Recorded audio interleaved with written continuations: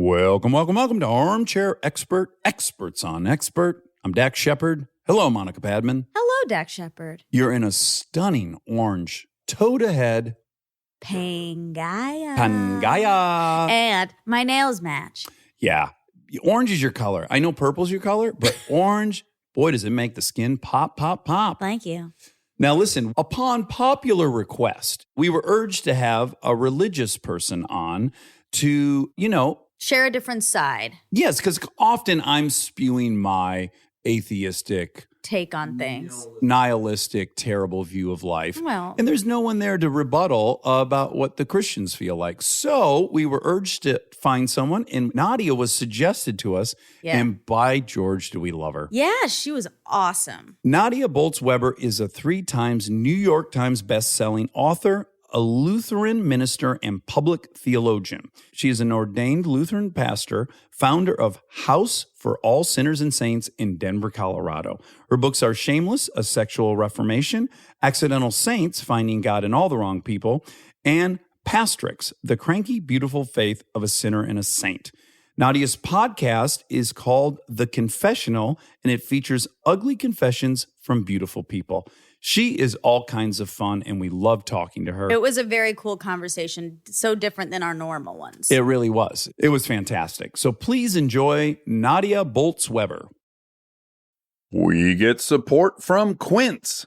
So we've been talking about Quince a lot lately, and as we head into fall, it's the perfect time to reset your wardrobe with their amazing pieces. I think it's so fun to do when the seasons turn over to just spruce up your wardrobe with a couple specials, and Quince is the place. Totally. We're talking organic cotton, Mongolian cashmere, tailored chinos from just $60. Premium fit and quality you'd expect from a luxury brand designer. I love Quince. I like it understated and subtle, and I like stuff that has high quality. And Quince checks all those boxes. I love a lot of stuff from Quince. Honestly, they have incredible premium denim, which is very important for fall. It's pretty much all I wear in the fall is denim. And Quince has such a good selection of quality denim. Their stuff is so versatile, timeless, and built to last that you just grab every single day without thinking. Right. And all of that for 50 to 80% less than similar brands. They go direct to ethical factories, cut out the middlemen, so you get all that quality without overpaying for it. We love that. And they do way more than clothes. They have bedding, cookware, bath essentials, travel must-haves, same deal, and great quality. Upgrade your everyday. Download the Quince app for app-exclusive offers or go to quince.com/Dax. Get free shipping on your order and 365-day returns. Now available in Canada and the UK too. That's QUINCE.com/Dax.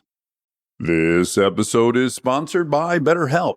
You've heard us talk about BetterHelp for a while, but I don't know that we've ever talked about how much people love this service when they use it. BetterHelp has an average live therapy session rating of 4.9 out of 5 based on over 1.7 million client session reviews. And you can check out the reviews yourself at betterhelp.com/reviews to see how much they love BetterHelp. Knowing that kind of service feedback from real people speaks for itself. I'm a huge proponent of therapy, as we've talked about before. I've learned so many things about myself that I believe truly only an outside, objective person could help me come to. BetterHelp makes it easy to get started. Answer a few questions, get matched with a therapist based on your needs, and switch therapists at any time if it's not the right fit. See the reviews, see what stands out, and see if BetterHelp is right for you. Visit betterhelp.com/Dax. That's betterhelp.com/Dax.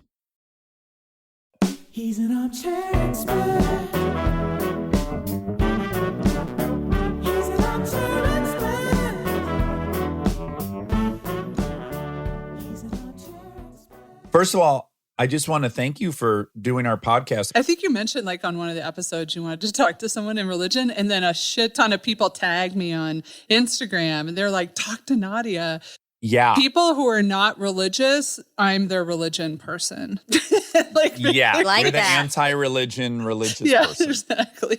But I'm very proud of my atheist readership. That's my shiny little trophy. Yeah, I'm going to quote some of the stuff I saw you speak on in learning about you that is incredibly profound and transcends all that stuff. But it really came about because I'm an outspoken atheist. Lots of our listeners are religious, and many of them have said, it'd be cool if eventually when you said that shit, someone had a response, which I totally agreed with. So I guess I just want to declare to you what my intention is. Sure. Which is, I'm not the type of atheist that wants anyone to stop believing in God. Monica and I have a couple of really close friends that I can see Jesus in their life. I'm not denying it. I can see that for them, it's really, really cool. If I have a single ulterior motive, it's really just to find out how you navigate certain areas of it that would be very hard for me to navigate. For sure. That sounds fun. Okay, great. And also, I equally am not the kind of Christian who people want to come to me and explain why they don't go to church. And I'm like, oh God, I'm so sorry. I don't care. I just I don't have a dog in that fight at all. You don't get a year-end bonus with more people signed up. Exactly. Membership. Even when I was a parish pastor, I found it interesting what people believed in my parish, but I didn't feel responsible for what they believed Right. at all. Like, what you believe has to do with a million things I have nothing to do with. Well, I thought maybe we could start with what I interpret as similarities between you and I, in that we're both scumbag addict alcoholics, yeah? Correct, yes. Yeah. Yeah. And I think that could make us closer than anything could make Yeah. two people close, Yeah, right? no, I'm definitely a garbage person. Yeah. You're 28 years sober this year? Yeah. Oh Wow, my God, congratulations. that is so impressive. Between my boyfriend and I think we have, I'm not so great at the math, but he also has, I think he has 29 years. 29 years. Okay, so that is Isn't that that's crazy? 57 cumulative years. Fast Isn't that math. Great nuts? job. You'd think we'd be more mature. If you do the math, you're like, wow, you're in the fifth dimension, right? And I'm like, no, still a garbage person. Sorry. Yeah. Well, I guess I try to explain to people like, oh, it has fixed nothing. My first thought is still, when my daughter's crying, like, fucking A, I got to get up. And I got to step over all my shittiness. And then I get to the point where I go, stand up and go look. And then I do it. But that's all. It taught me to stand up and go look. It didn't keep me from being a self-centered idiot. Yeah, well, my friend said we really suffer from a disease called first thought wrong. Oh, that's great. Yeah. I might go further and go like first, second, third thought wrong for me. I'm like progressive. It's like I'll go half. Exactly. Oh, there's the right answer. Well, I mean, even after all that program, sobriety, therapy, I do Enneagram. I don't know if you're into that personality stuff. Even after all that, my first reaction to almost everything is fuck you. Now, I almost never stay there, but I pretty much always start there. But the time that elapses between starting there and going somewhere and responding from a different place is shorter. Yes. But I didn't get a personality transplant. I'm still have the same wiring, We interviewed Bill Gates on Tuesday. He always warms up for me. Prior to going in to talk to him, I had to have like a real long lecture with myself, which is like, this is not your opportunity to try to prove to him you're smart and get his approval. That is not what this is about. Like you got to enter this, like, he's so much smarter than you. Get off that thought. Just don't do that. So it ended, I'm in my bedroom and I actually have this moment where I go, oh, I'm really proud of myself. I stayed humble and I didn't do the thing I was afraid of. I wonder if we'll win a Peabody for that interview.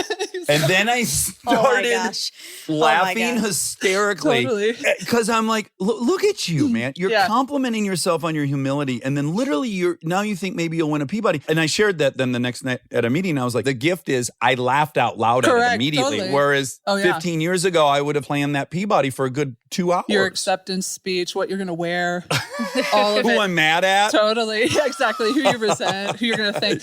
Well, so my equivalent is one of my closest friends. Her name was Rachel Held Evans. She died a little over a year ago. And she's also a writer and speaker in progressive Christian circles and a dear friend. We started a conference we ran for years together. During the Obama administration, when she announced that she was invited to the White House prayer breakfast, my very first thought was, why wasn't I invited to the White House prayer breakfast?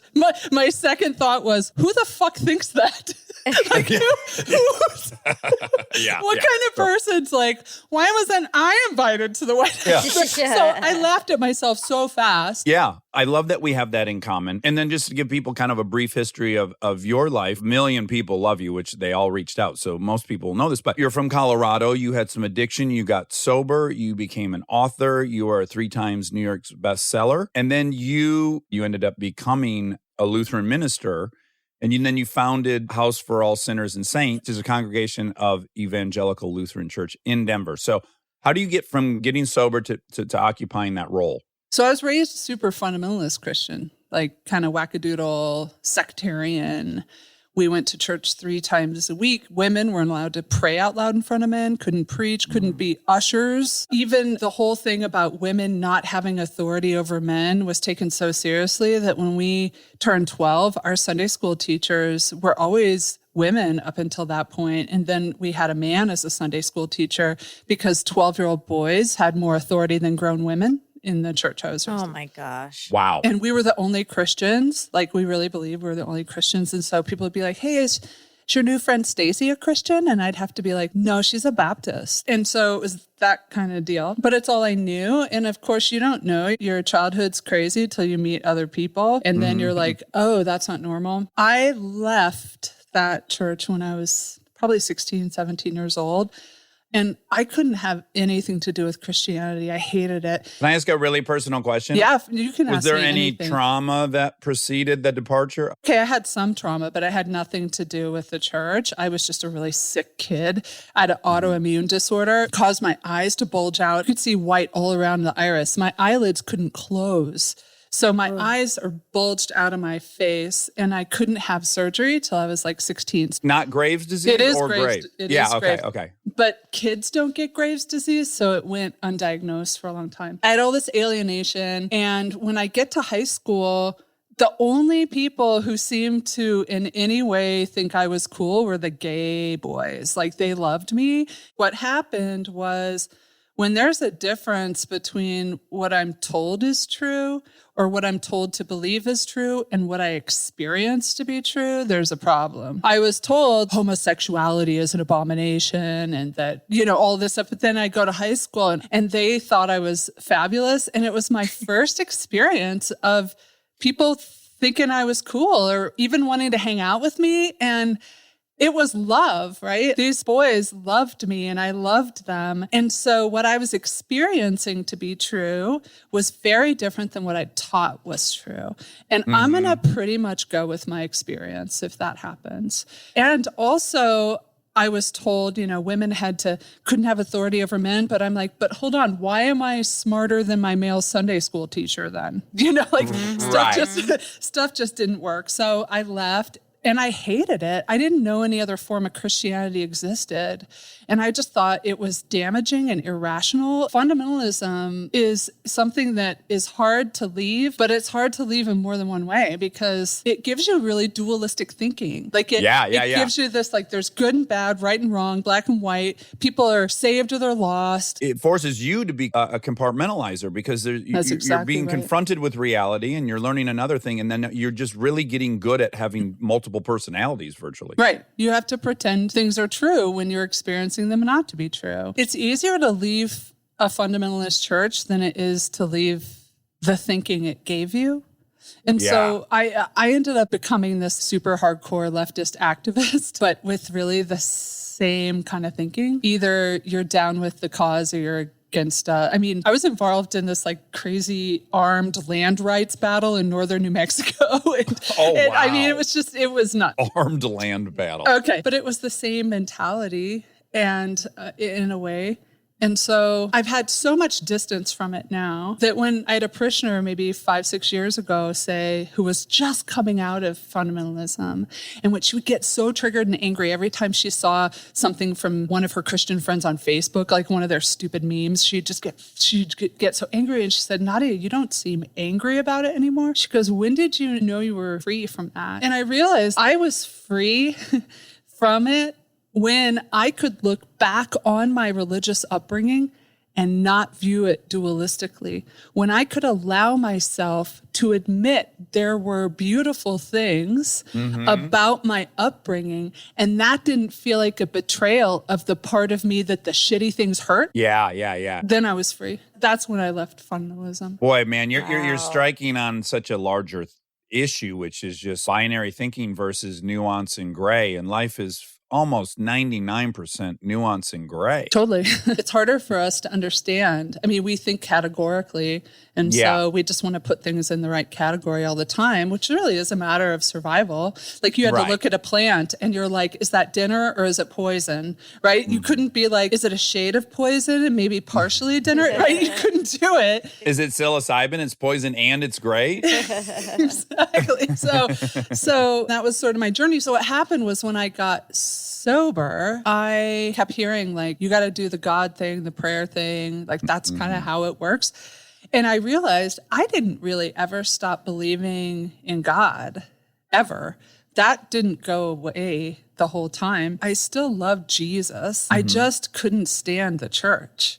And so I think that the theological non-specificity of the 12 steps is what allowed me to find a theological specificity that met me where my experience was, if that makes sense. So I discovered Lutheran theology is just really different than other Christian theology because it's based in paradox. It's not based in that dualistic thinking. It's based in like holding really difficult things in tension together. So you gave a eulogy or something? Yeah, so I was kind of dipping my toe back into Christianity, but in this more social justice oriented kind of liberal Lutheranism. So I was going to church, and a good friend of mine named PJ Moore, I was also doing stand-up just because I couldn't afford therapy. And so I just, I'd rather make $30, emceeing a set at Comedy Works and work my shit out that way.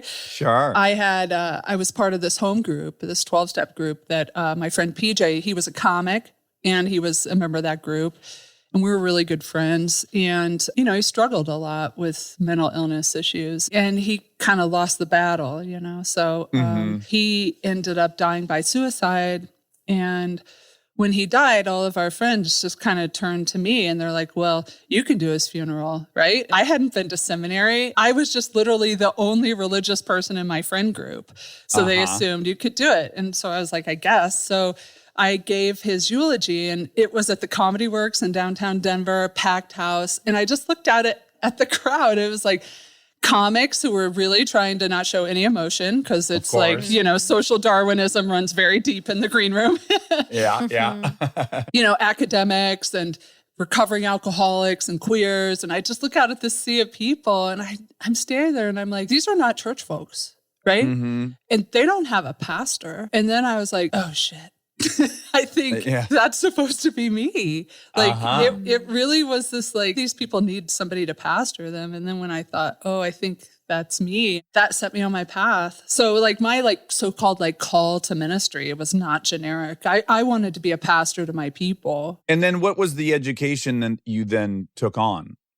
Well, I ended up getting a degree in religion from CU Boulder, and then I have a master's of divinity from Iliff School of Theology. Is there a process, though, whereby you get certified for Lutheranism? It's extensive. You have to have a graduate degree in theology, and then you have to work as like a hospital chaplain for a while, and then you have to do a year of internship, and then there's a body of people, this committee that's walking with you the whole time. And at each point they decide, do you get to go to the next point? Right. And so it's not the easiest thing. And so when people are like, oh, I'm ordained too. Universal life, because I did my friend's wedding. I'm like, do you know how many years of education and training, and like a group that represents another group of millions of people had to like check me all the way, and I have a bishop, and apostolic succession. The bishop laid hands on me. All of this stuff. You had a credit card transaction. So if you want to see them as comparable, knock yourself out, but I feel like you're asking a lot of me to see it as comparable. You were watching Game of Thrones while you went through the online course, and you didn't miss any of the plot. So yeah. Oh, that's interesting. And I'm catching up. It's so stupid. I didn't think of this. But Lutheranism is Martin Luther, right? And he led the big breakaway from Catholicism. Yeah. So my church, House for All Sinners and Saints, that I started, our church logo is like a piece of parchment with a nail at the top, like 95 Theses on the door of the Wittenberg Church. And so we used to have shirts that had that on the front, and on the back it said "Radical Protestants nailing shit to the church door since 1517." Like that. Oh, that was great. That was our church shirt. Yeah. Okay, so I watched a video of yours today. You read this passage, and it's about these emperors, basically. And then you started thinking in terms of what did those people really feel when that was written? What were they experiencing? And you said what they're experiencing was basically oppression from these people, these monarchs. And you asked your own parishioners what things they felt oppressed by or subjugated by. And overwhelmingly, it was depression and anxiety and these different things. And then you go on to say, and this gave me chills, you said, these guys, Pontius Pilate and whoever else, are only remembered because they are a footnote to a man named Jesus who hung out with fishermen and sex workers.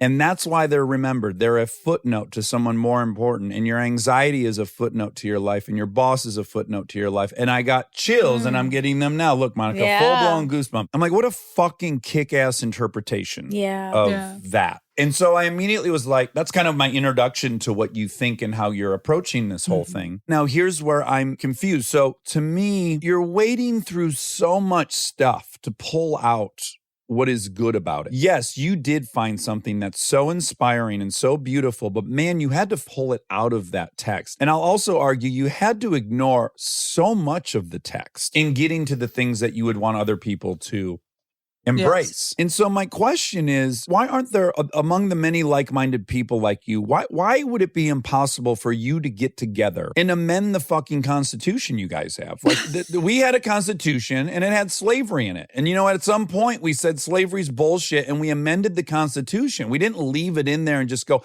skip that part. We amended it.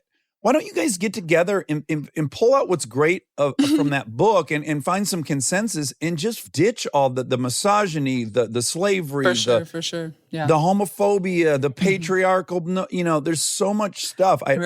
Help me understand why that's not an option. Well, Thomas Jefferson did that. Did you know that? Oh, no. Yeah, he just literally just cut all the shit out he didn't like. There's the Thomas Jefferson Bible. Yeah, okay, so... Oh, I didn't know that. Yeah, that's not an unheard of instinct. But also, the thing about the Bible is it's like the world's most fucked up family album, right? So, okay, we could say Uncle Lester, the molester, we don't want him in there anymore. But if we do that, we don't know what to look for in the next generation, right? To me, to say, hey, there's all that shit in there, all of that is just the disaster of human behavior and greed and hatred, right? So I don't want to forget it. Kind of like in the Psalms, there are Psalms that are beautiful and praising God for the Leviathan, the sea monsters, like it's all good, it's all, beautiful.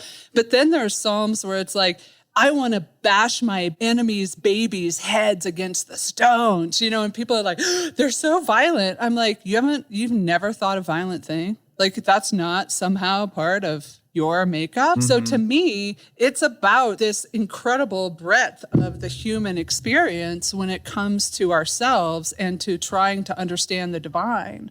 And it doesn't mean that all of it's good. A lot of it is absolutely garbage. But here's like something that the Constitution and the Bible have in common is the way people leverage it to their own advantage and pretend that's not what they're doing.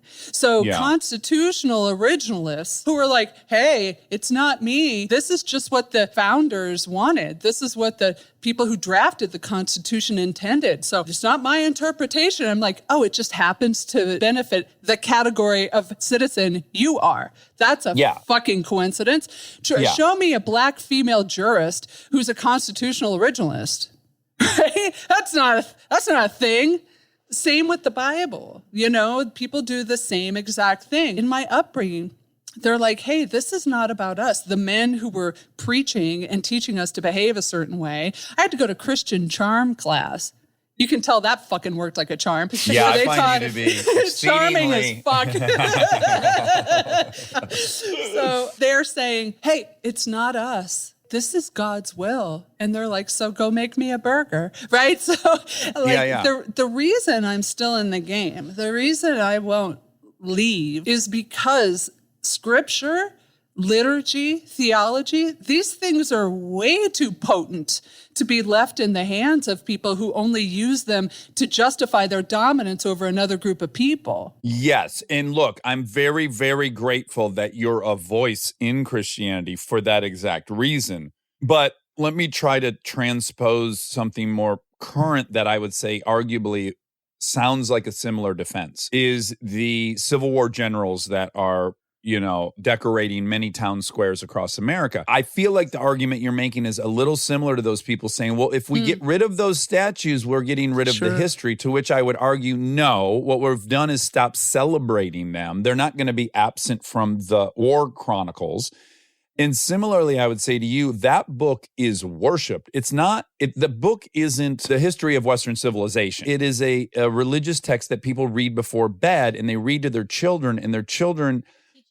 It's a teaching tool. And so I'm a little nervous that it's not in the context that I would prefer it to be. Like, look at all the gnarliness of humanness. Look at at the patriarchy. Look at this. Right, for sure. But I would say, using your analogy, it's to say, look, we're not going to inscribe the bash babies' heads against the stones psalm on a plaque and then have that in our public square. Okay. We're not going to take it out of the book, just like we're not going to take what the Confederacy was about out of the textbooks, right? We're not going to remove that, but we're not going to worship it. And you're right. You use the right word. People worship the Bible. And there's a theological term for that. It's called idolatry, because the Bible's not God. Well, yeah, that could be another 3-hour conversation with you and I. There's the notion that a man wrote it. And that a man is the man who wrote it is recalling what he learned in a 9-hour seminar. You couldn't put 25 people in a room, give them a half-hour speech, get them out of the room, have them write it down, and get anything above 20% accuracy. Sure, of course. That's its own concerning issue. But I do think that there's something inspired to it, but that doesn't mean God. You know how the presidents, to sign their name, they have that little machine that does the thing. Oh, I know. Like, oh yeah, there's a way that you can have your autograph with a pen and it does it. Oh, like, okay. Yeah. It's like been mechanized? Yeah. Okay. And there's a fancy word for it. I don't know what it is, but it's not like that kind of transcription system. It's people struggling with their experience of themselves and their ideas of God and inspiration all at the same time. So it's always going to be a mix of those things. And so to me, again, as a Lutheran, I just have a different view of the Bible than most Christians do, because that term, like the Word of God, right? To Lutherans, that term means Jesus. The Word of God is Jesus. The prologue to John said, in the beginning was the Word, and the Word was with God, and the Word was God, and the Word was made flesh and dwelt among us. So to Lutherans, we're like, that's the Word of God. It's a person that we can read about, talk about, preach about, sing about, like that's the Word. Now, secondly, the Word of God is any kind of preaching or music or whatever that tells that story. And then only thirdly, in a tertiary sense, it's the text. And so Martin Luther said the Bible's the cradle that holds Christ. The cradle isn't Christ. This is where people get super confused. So they confuse the wrapping and the gift, Right. And so to me, anything in there that talks about grace and forgiveness and all the stuff that whole Jesus thing was about, that has more gravity. That has more authority than anything else in the Bible. And then anything that comes close to that message has more authority. Now, the farther out you get from that message, the less authority it has. And farther out, does that mean in time and space? Like in terms of what that message is. If they're what do you do with the verse that says that if a man lays with another man, he should be stoned to death? I'm like, oh, so sorry. I don't have a horse in that race. Like, I don't have to stand up for some shit that's way out here compared to the central message. Yeah, I already have my answer. You do believe that's relevant and it has value and it should be in there, despite the fact that you're not going to make that part of one of your speeches. Right. It's a bummer to me that it still is weaponized by a big sector of the country. It still is for sure. Their proof that they can stand on why marriage between two men will ruin marriage, because they have this text that's camouflage for their own hangups. That's all it is. Totally. So the thing where you got goosebumps from this message, I would argue that in some way that's difficult to articulate, it's because there's something in that book that when you do the work and you dig, there's something transcendent. It's an endless reservoir of meaning and transformation that can be found in it, that you're not going to find on Oprah's book club list. Stay tuned for more Armchair Expert, if you dare. This podcast is brought to you by Squarespace.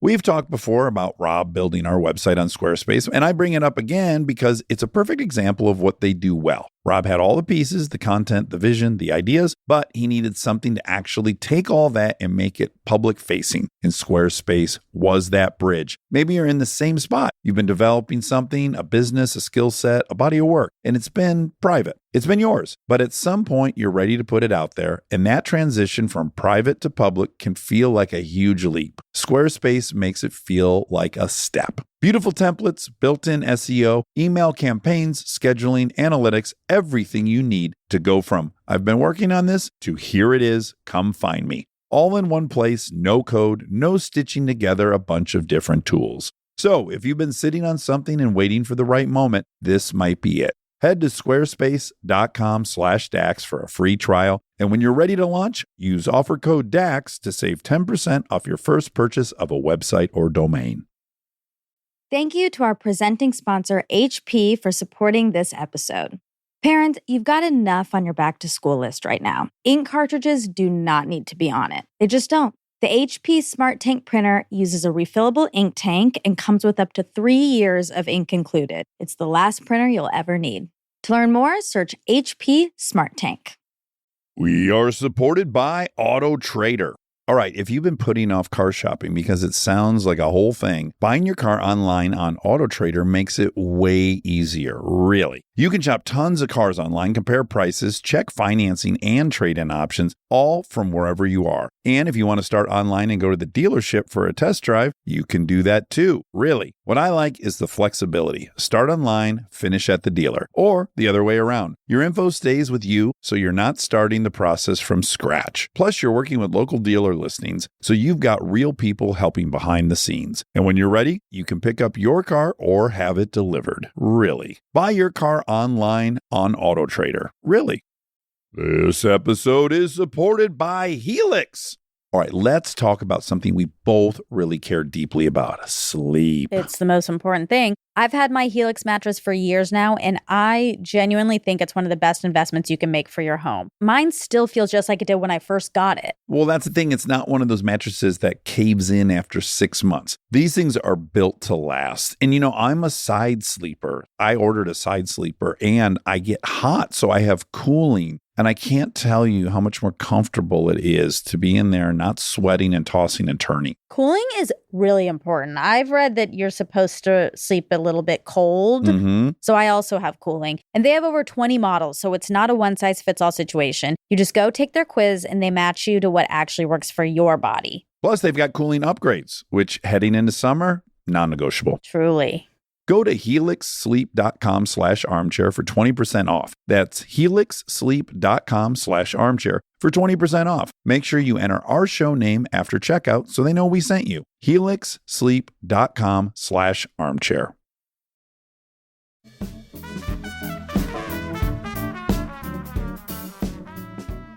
Well, I had a guest on, Pete Holmes. Oh, Pete. Oh, Do you Pete's know a Pete? friend of mine. Yeah, I've been on his podcast. Matter of fact, behind me right here is Yeah. a still from The Simpsons. Oh, that he And got? an episode he wrote. And one of my books is on the table. Accidental Saints by Nadia Bolz-Weber is on the table. wow. That's Isn't that awesome. amazing? And I love him. And he did make a great point when I brought up, what is the story where God wants the man to kill his son? Isaac and Isaac. Abraham. You know, and man, I I'm s- glad I got that right. all those theology degrees, man. Fucking like, give me a minute. We would have edited out the pause. We would have made you look good. Yeah. But he made a very stellar point, which is, your feelings aside, you and I are talking about that story. And that's 2,000 years old. So you got to at least respect the staying power of it, which I totally do. Clearly, there's some Because magic there. I would say because it's true. Now, hear me out.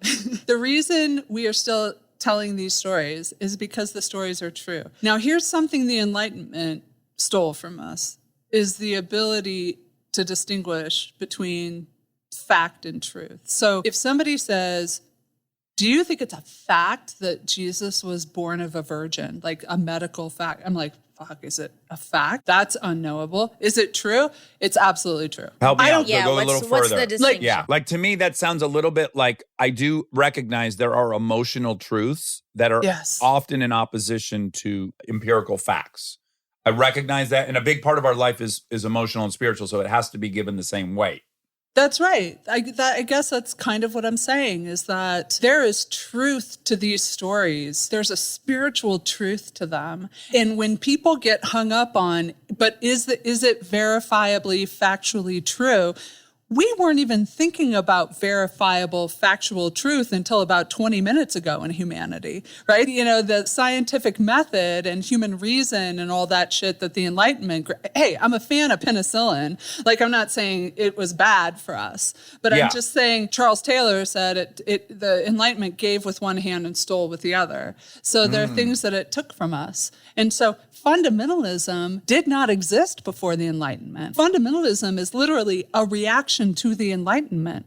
Right. Are you anti-enlightenment? No, I think that there are things that it gave and things it took away. Because now, after the Enlightenment, if we have a way of understanding reality, like the scientific method, verifiable facts, things like this, now that human reason has been elevated in that way, then these other things that we know are true in terms of religion, now, in order for us to still think they're true, we have to believe they're fact in the same way. That idea of a literal 7-day creation thing, creationism, Yeah. that's this weird mix of like the Enlightenment telling us there's only one way to understand what's true. Uh-huh. But then would we say that what's true is subjective versus what's factual is objective? That's a good question. Yeah. I don't know that I have an answer for that. Yeah, that is a really good question. I just have a few thoughts that in order to lay them out correctly, I wanted to write them down this morning. So here's one thing I thought. Do you think the blind eye we turn towards the gnarly parts of the Bible is easy for us to do because we've been conditioned through having parents who are deeply flawed and may have hurt us, but who we love deeply? Do you think our willingness to accept this misogynistic, xenophobic, scientifically inaccurate, geologically impossible text is sad in that it's sad we've been trained to accept that because we desire the love of our Father or God that much? Isn't this one big abusive relationship? Shouldn't we reject the love of someone who would ask us to kill our son to prove our love and commitment to him? Isn't that pathological? Okay. There's a lot in there. Yeah, there's a lot in there. I guess my question of that story is less like, what kind of God is it that would ask this? And more, what is it within humans that makes us believe that God asks this of us? So there's a truth to be found in the story, but for me, but it's not the one I think I was taught. Yeah. But what's been explained to me in defense of that story is that, well, God didn't kill his son. And that when he proved his love and devotion to God, of course, God would never let him kill his son, and he didn't. But I'm not very satiated with that answer. That's still a very vain God who wants to test your love and has clearly shown there's conditions to his love. Right. And that is so similar to our flawed parents we all have. And I'm sure my kids will feel the same way about me. And I get worried that we're like conditioned to ignore what we know. Like you were saying, you know, like the reality is not meeting up with what you're being taught. And I think sadly, we're pretty conditioned to be that way. Yeah. Do you know who Dave Javerbaum is? He is God on Twitter. The tweet of God. Yeah. Yes. He had a show on Broadway that was called, it was basically God offers new commandments. Like he has some Did Sean Hayes holdovers. star in it? Yeah. I saw it. Yes, I saw it. okay. I saw it. Yep. So one of the most brilliant, there's a term called exegesis, which is where you take a text in the Bible and you just dig the shit out of it. Like you kind of go, what is this word? What is that? You look for, what's the interpretation? You just go to town with, could it mean this? Could it mean that? And he's an atheist. I mean, I've hung out with the dude. He's the atheist, but he had, to me, the most astounding interpretation, exegetical approach to this Isaac and Abraham story. I don't know if you remember, but he goes, one of the commandments was, thou shalt not seek to have a personal relationship with me. Right? This is evangelicals are all about their like personal relationship with God, you know? Yeah, sure. Yeah. So one of the new commandments, don't seek that out, right? And he goes, We're here's not why. bros. Yeah. He goes, here's why. It's for your own good. Because I had a personal relationship with one of you once, and it brought out the worst in me. So in the text, Abraham has a very particular relationship with God. They were just close. Yeah, they were they were bros. Okay. Let's just say.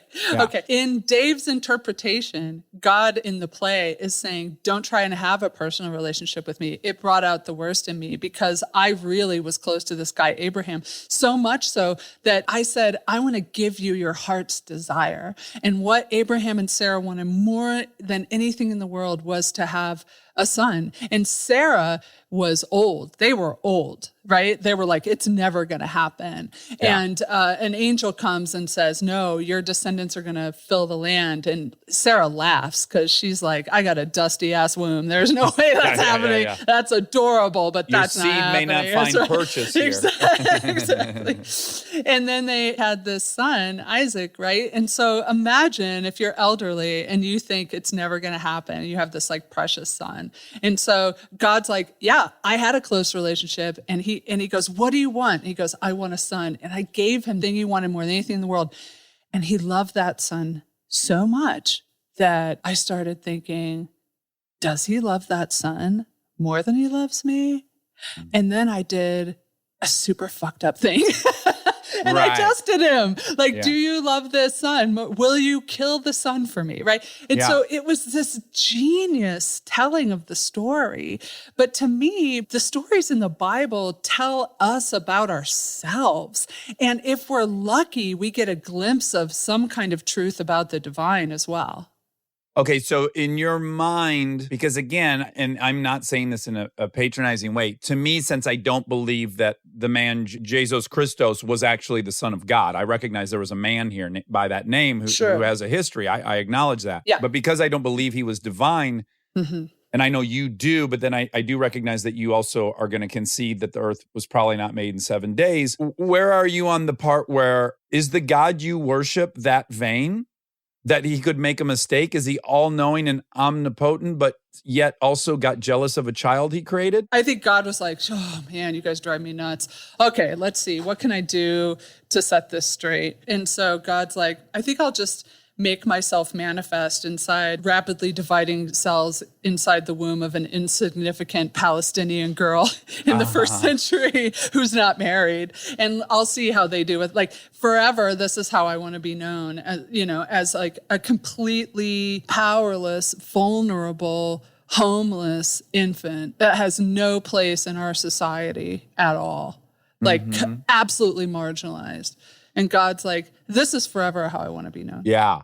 Yeah, no, that's in that if there were a God and the God chose to send his son down and he put him in that position, it would be very admirable. That's what I would hope a God would do. I'm not big enough to do that. I have children and I've made money and I can tell you I'm not going to help them when they're older, but I'm going to fucking help them when they're older because I'm not big enough to do that. I'm too human to let them suffer. I actually don't dig the whole Son of God thing, though. You don't. So Jesus is just God. Yeah. Okay. And here's the thing is when people start talking about Jesus like he's God's little boy, it gets very disturbing to me because it's like God is divine child abuser. So then the story is like God had a little boy. He only had one. We don't know. Fertility issues? Not sure. God had this little boy, and he loved that little boy so much. But you know what he had to do? Because you masturbated, he had to kill that little boy. It's like, oh my God, how in the world are you coming? Yeah. So he died because I put my mom's underwear on once when I was 9. Yeah. And so it's your fault, and you should feel real bad. Matter of fact, you should feel so bad about the fact that you caused God to kill his little boy he loves so much that you're good. Like this is the whole... Yeah. There you go. Evangelical Christianity. God is divine child abuser. Trying to make you feel bad so that you'll act good. Yeah. I don't buy it. Now, it's also technically heresy. To say that he's the son of God is heresy? Not to use that term, but functionally, if people mostly in American evangelical Christianity, if you say God, they think God the Father. Right, The dude in the sky, all the power, long beard. Yeah. Capricious, killer surveillance system. A Robert Crumb drawing. Yeah, exactly. Okay, so that's what they think. Then there's just a couple kind of minor supporting characters, Jesus and the Holy Spirit, who are less important. Well, that's heresy. It's called Arianism, not related to the racist thing. Right. But, in the 4th century, it was ruled heretical. So at the Council of Nicaea, when they came up with this sort of formula for this is what Christians believe, they were like, it was all about who is Christ and it was all about the Trinitarian thing. Yeah. And so to them, they're like, no, Jesus is God. Great. God is 3 things at the same time. Now talk about like paradox and not dualistic thinking, that God is like relationship. Well, my favorite meme, I'm sure you've seen it, is a picture of Jesus praying. Have you seen this one? It's Jesus is praying and it says, God, can you hear me? It's me, you. Totally. But I know like Trinitarian theology is a bit of a mental pretzel, but I like it because it keeps us from getting too prideful about knowing exactly what the divine is like. Like, I kind of like the fact that it's super puzzling. Yeah. In fact, in my it's not to say that I'm judgmentless of Christians. Again, I am truly in support of anyone that's finding any peace and harmony and betterment through that. I truly am. The arrogance flag gets waved when the notion that you could understand this thing. Totally. I need a God who is maybe slightly more mysterious and nimble and powerful than my ability to understand God. Yes. Right? I agree. Your problem is, that's an AA thing. It's like, I need a God that's big enough to solve my problems because I can't. Yeah. But the Trinitarian thing also, it's kind of like, I think of baseball, like if the bases, honest to God, were like 1 inch farther apart, they'd never score. And if the bases were like 1 inch closer, they'd score all the time and it would be even more boring. So I think of that with like Trinitarian theology, this idea of these 3 beings in relationship, or 3 ideas, or 3 pieces of wisdom or truths or whatever in relationship is balanced in that way. So anyway, I would say technically most Christians in America are heretics. Yeah. Okay. So I guess what I'm having a hard time differentiating is when you read and you're interpreting these stories and you're finding the humanity takeaways and how it's reflecting what we do on earth. What is the difference between what you're doing and then like how we'd read the Bible the same way, where we don't believe in God, but we're still taking it as, you know, what's a nicer word than fable. But like these are lessons. These are lessons and Beautiful teachings. Yeah. So Yeah. there's definitely stuff to be learned, whether you're an atheist or you believe. And I guess for me, the people who are strong believers believe the text. And it seems like you interpret the text. So what is the difference between what you are doing and what we're doing? You believe in Jesus, but what does that mean? What do you believe he does for you? Or you just believe he's real? We believe he was real. Yeah, he mostly gets me better parking spaces. Oh, man, I got to start I would like praying. believing for that. Yeah. I mean, once you get a gold card status, it comes with the parking. Yeah. VIP all the way. I don't know. That's a really good question because I do believe the stuff. Like I'm down. Like I believe in the miracles. I believe all the crazy shit. Now it's very hard for me to like defend why I believe it because it's faith. Right. I don't. Yeah, never understood. How do you defend faith? Right. It's never appealed to me to even try. Yeah. And so I just get back to like the fact that I don't really care. Like when I was in my parish, I didn't care what my parishioners believed, but I cared deeply what they heard, what they heard from me. I was responsible for what they heard. And for me, the point of gravity to the whole thing is grace. That's the center point of the whole deal. If it's anything other than grace and mercy and forgiveness, then I don't think it's actually Christian. Well, and I want to say, anyone that were to hear of Jesus's literal life and who he chose to spend time with and what the message was he said that we know for sure, I can't imagine there's a human on earth that would object to his lifestyle and his message of forgiveness and his message of love and his message of inclusion. There's no question that that person was a Siddhartha, a Buddha, or one of these wonderful, enlightened human beings that have been here. Right. Or maybe not a human being, but there's no pushback for me or Monica, or I can't imagine anyone on the message, the teachings, the spirit of Jesus. You know, I'm with you on that. Now, okay, I end up speaking at a lot of events that aren't Christian events. So I'm at like, it's such an insufferable term, but thought leader gatherings. Oh, sure. Yeah. And feminist gatherings and wellness conference, all this stuff that's not Christian, right? They're like, bring in the token one we can handle. We can handle. Yeah. We're guilty of that as well. Yeah, exactly. I watched your shit and I was like, I can talk to this person. And so people come up to me again, they tell me their stories about, hey, I was raised Catholic, but my mom finally divorced my abusive dad, and then they wouldn't give her communion anymore, so I can't have anything to do with the church. I left. Or, I was raised Methodist, but, the pastor was embezzling money, and I really looked up to him, and I was like, I can't do it. I don't want to have anything to do with it. Not once has somebody come up to me and be like, well, I was raised Christian, but then one day I just realized that Jesus guy just doesn't have much to offer. Yeah.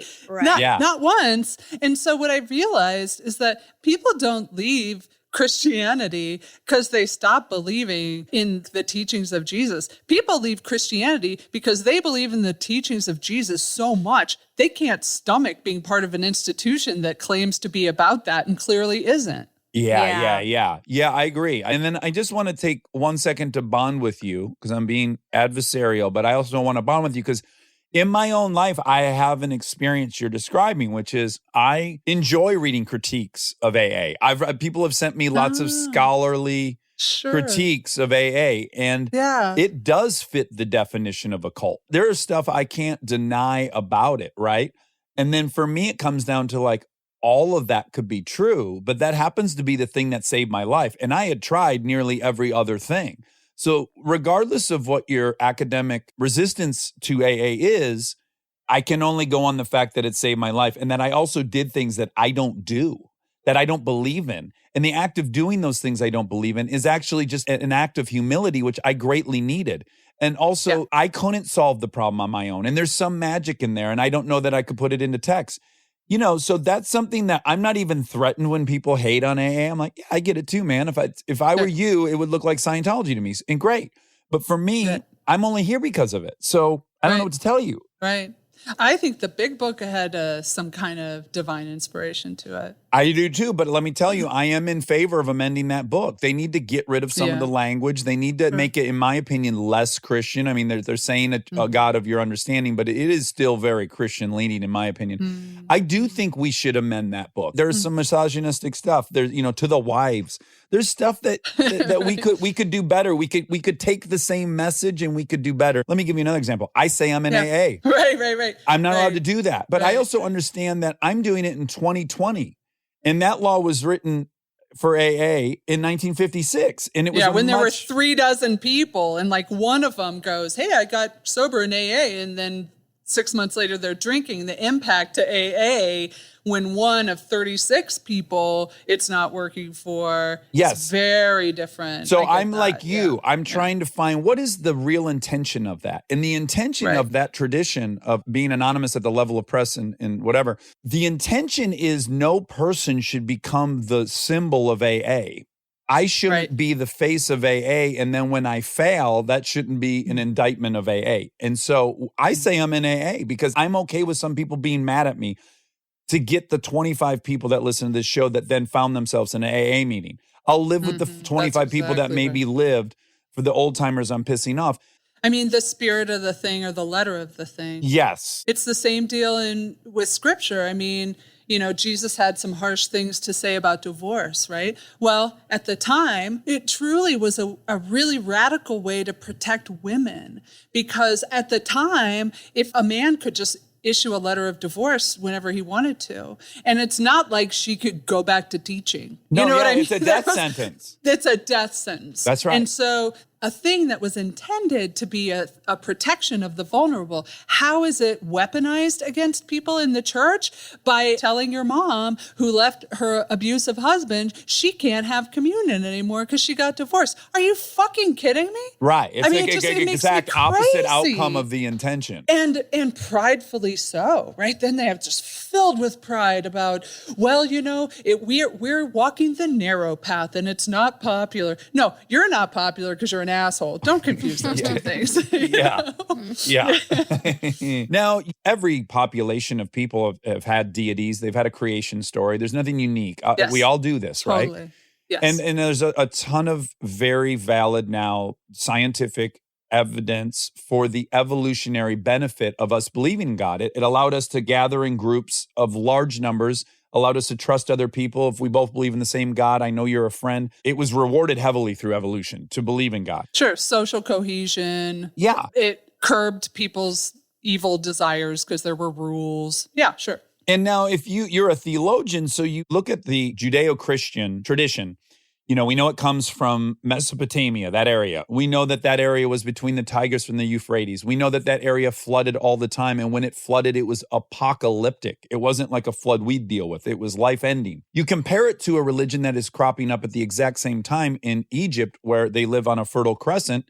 Everything's predictable. They're not losing crops. There's no famine. Sure. Their God is far less of a fear-mongering God that needs constant appeasement, constant acts of worship. And so what do you do with that info? Someone like you, where you can recognize the environment can predict what kind of religion the people will create. And does it make you question, wow, I'm using a religion that was created in a world that was very insecure, and I don't live in a world that's insecure. Is this the best fit anymore? Yeah, I do find it interesting, but I think always it's going to be human beings struggling with what it means to live together, what it means to live on this planet, how we understand transcendence. It's always going to be a variety of those things. So to me, it's interesting because it tells us so much about ourselves. And when I think anthropologically about religion, which I oddly do a lot, it's because human beings have always been religious. Like religion has fashioned itself in endless variety, every place, every culture, every time, because there's certain I would argue there's certain just needs in the human being Yeah. that have always been met through religion. And again, not to talk shit about the Enlightenment, but Steven Pinker is going to write you a hate letter. but it gave us a lot, but it didn't remove the needs that were met through religion. So this is one of the things I see as why I do my work, is because I'm interested in what are the needs that aren't getting met because people aren't going to church. And instead of saying, how can I get them to go to church, or how can I make church more sexy and appealing, I'm just out there doing my work thinking this meets a religious need in people. Yeah. So I don't care if they intellectually assent to the same theological propositions I do. It doesn't matter. You just want to provide comfort and safety and community. Yeah, that's why I started my podcast, The Confessional, because I've been part of 2 different communities that practice some form of confession, right? 12 Steps and the Lutheran Church. Yeah. And when people in my church, they'd avail themselves of private confession and absolution with some regularity. And it was always an honor to hear their, but often super boring. Oh, okay. Like, because they wasn't spicy enough?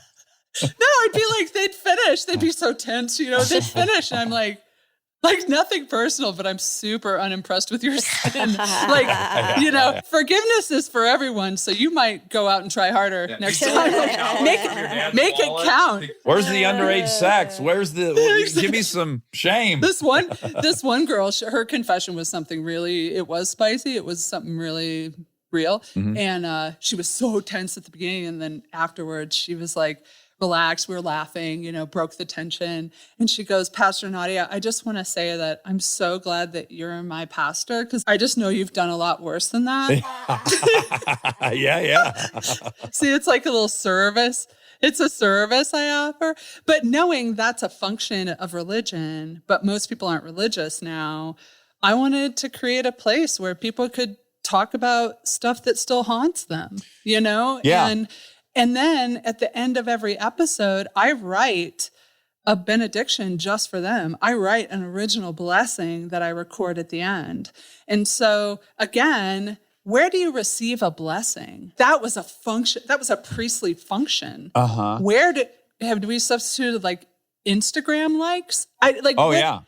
Where do we go to receive a blessing? So I'm writing blessings for people. And so I guess I see myself as like a public pastor in that way. I describe it as I've sort of like snuck into the cathedral and grabbed the most beautiful stuff and put it out on the lawn with a free sign. Yeah. No, I think it's so wonderful, and I see the value you're adding to tons of people's lives. That's very clear to me. Stay tuned for more Armchair Expert, if you dare. We are supported by HP. If you're a parent or you know one, like I do, or you can help take care of kids, you already know what August feels like. It's not summer anymore, it's the pregame.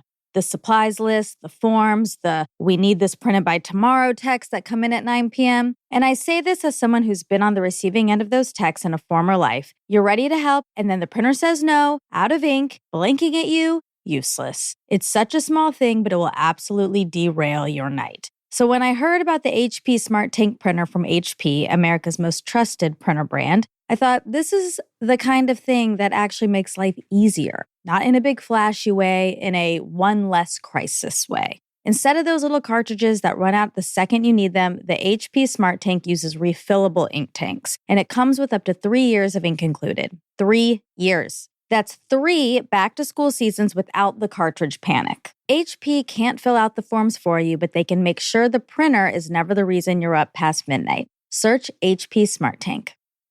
We get support from Apple Gift Card.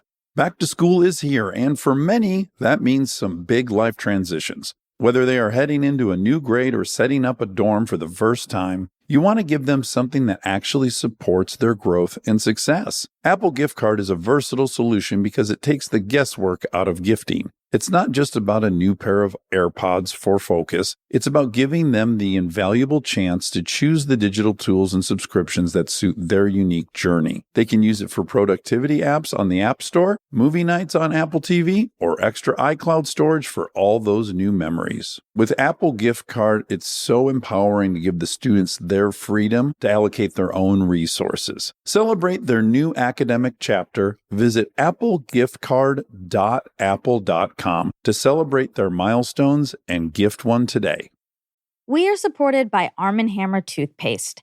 I feel like so many parts of our lives have gotten a little overcomplicated, including toothpaste. There's always some new ingredient, new promise, new thing you're supposed to suddenly care about. Arm & Hammer baking soda toothpaste keeps it simple. Powered by baking soda, a time-tested ingredient you already know and trust for a clean you can actually feel. It removes up to 3 times more plaque in hard-to-reach areas compared to a leading toothpaste, and it gently whitens. And if you hear baking soda and think, wait, is that gentle enough? Arm & Hammer is actually a less abrasive toothpaste, and it is designed to protect enamel. Myth busted. It's also the #1 dentist-recommended baking soda toothpaste. I am a broken record on Arm & Hammer toothpaste. I love it. I've been using it for years and years. My dad first introduced it to me, and I've never gone back. I've also gotten a lot of people on it, and once you go to Arm & Hammer, you won't regret it. My personal favorite is the Arm & Hammer PeroxyCare toothpaste. It improves gum health while gently removing plaque and surface stains, but also just my mouth feels so clean after. They have so many. They have advanced white toothpaste, which is great. I also use that. Complete Care toothpaste. Everything is perfect. Try Arm & Hammer toothpaste to taste the difference. Feel the difference. Shop at your favorite retailer between August 2nd and August 15th to save $1.50. Arm & Hammer baking soda toothpaste. Save $1.50 August 2nd through 15th. This episode is brought to you by ServiceNow. Look, I have my dream job. I get to talk to folks I admire like crazy and ask them virtually any question that I want to. I can't imagine a better way to spend my time. But even dream jobs have some not so dreamy parts, the stuff that gets in the way of the actual work. Now, that's where ServiceNow's AI specialists come in. They don't just tell you what you should do about your busy work. They actually do it, start to finish. Cases closed, requests handled, no extra work for you. So you and your team can focus on what matters most, which for me is, are they obsessed with male bodies on the same level as I am? They never are. To learn how to put AI to work for people, visit servicenow.com.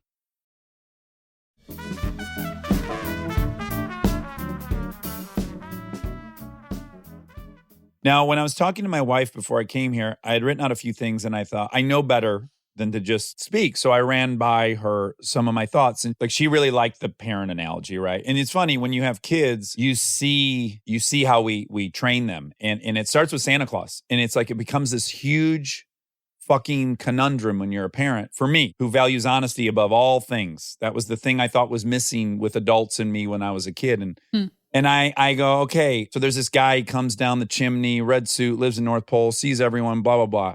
And I can see on this 3-year-old's face, that doesn't make sense, right? And I see the best part of her punching holes through that.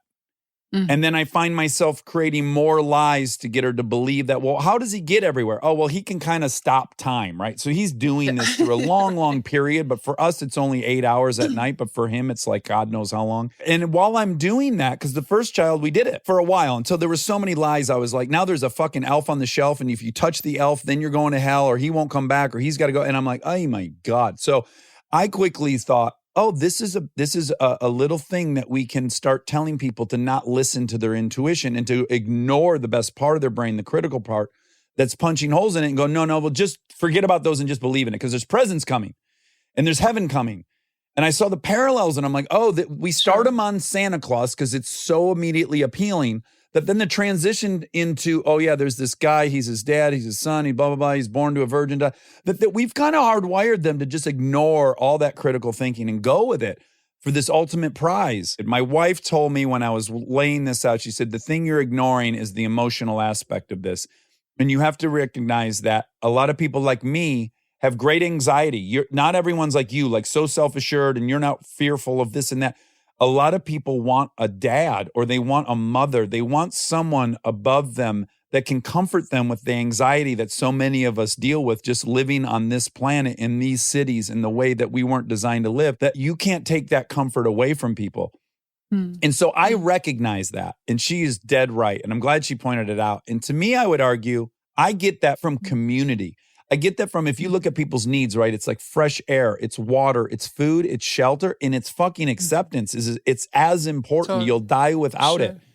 Yeah. But does it matter whether or not the magic of church is that community and the acceptance? I pointed out to her, we had a bunch of people over yesterday. There was this mass cohesion. Everyone was getting along. It was so wonderful. I said, did you have any anxiety during that period? She's like, no, I didn't. I go, because you were in a group, you were in a community, all was good, you were safe. Can't we get all that without the Father? I think people do. I think that there's a brilliant book by Dave Zoll called Seculosity, which is basically saying, look, religion just makes you feel bad about yourself. Like, I don't want to have anything to do with that. But in the book, he argues, instead of yammering on about how much time you're spending at church so that you can feel good, you talk about how much time you spend at the gym so you can justify your existence, you know? Oh, yeah. Now, rather than only thinking clean thoughts, we're only eating clean food. You know, we just substituted like purity systems, and then we congratulate ourselves from getting away from religion. You know, I totally agree with you. The whole original sin thing, I do think exists in all of us. Like, we are so prone to that guilt and the feeling of toxicity and needing cleansing. For sure. And so where do we find that? I mean, you can find that in like a really deeply rooted mythological system, sacred texts, certain liturgies, practices. One of the reasons I do like church, and I'm a liturgical person, so I like really deeply traditional church. I didn't know. I don't like know liturgical. Thank you. We love new words. What is liturgical? Yeah.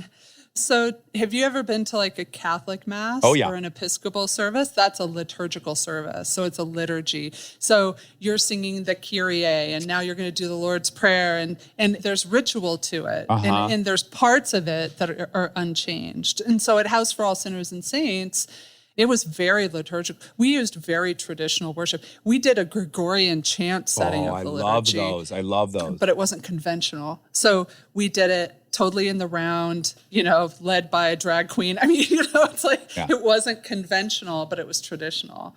And so I'm really drawn to that myself.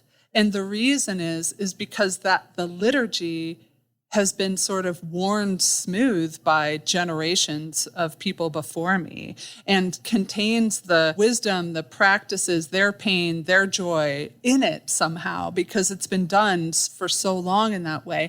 And so the liturgy, because of that, has an integrity of its own.